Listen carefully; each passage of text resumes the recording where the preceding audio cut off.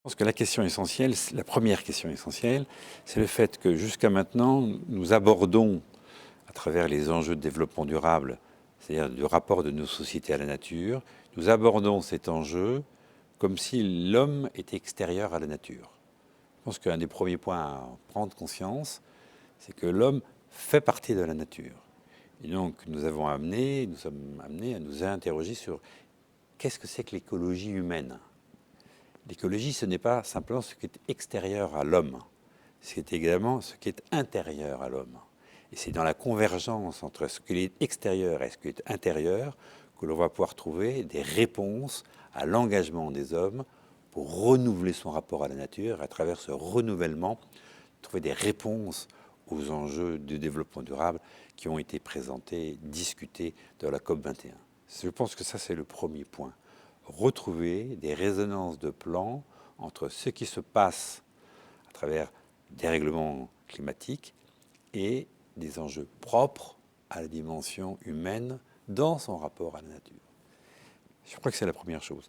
La deuxième chose, c'est que ce rapport à la nature est traversé par la question de l'activité.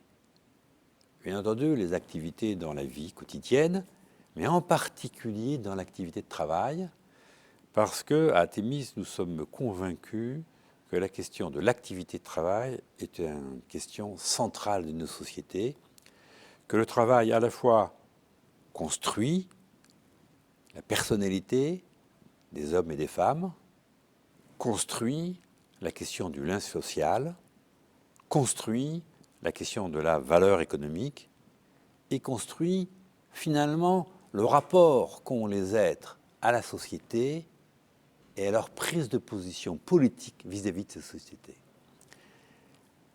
La centralité du travail est si importante à reconnaître que cela nous invite à réfléchir en quoi cette centralité du travail peut être un vecteur de changement du rapport au développement et de changement du rapport à l'écologie. Troisième dimension de cette conférence, c'est le débat du politique. Non seulement nous avons vécu le COP21, mais nous avons aussi vécu des élections régionales qui ont montré l'importance de l'abstention, l'importance de l'écart qui se produit entre, d'un côté, les citoyens, les électeurs, et les élus. Les élus n'arrivant pas finalement à attirer des votes favorables à ce qu'ils proposent. Nous sommes au bord de la crise politique. Sinon, nous sommes déjà engagés dans une crise politique. Cette crise politique nécessite que l'on se réinterroge sur le rapport des citoyens à cette question en lien avec les enjeux de développement durable. Et notre conviction, c'est que pour que se renouvelle un rapport des citoyens aux politiques, eh bien, il faut repasser par la question du travail, il faut réancrer une expérience politique de transformation du monde réel, dans les situations de travail, comme capacité à reprendre confiance en soi et à rediscuter avec les élus des conditions dans lesquelles de nouvelles politiques peuvent être construites. La question est moins du côté des élus que du côté de la société civile, moins du côté des lois, du système électoral, que des conditions dans lesquelles, du point de vue des citoyens, un engagement politique peut revenir.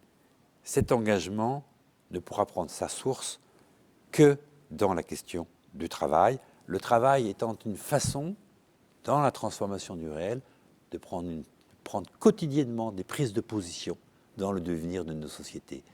C'est cette question-là qui, en la reprenant, permet de redonner du sens, de redonner de la reconnaissance et alors de la créativité, de l'énergie pour que le citoyen relit, rejoue, se remette en lien avec la scène politique et alors on sera en capacité de faire évoluer les élus, les partis, les institutions. Le déclic provient, de notre point de vue, dans la nécessité de retrouver ce lien entre l'expérience du travail, sa portée sociétale et derrière, sa portée politique.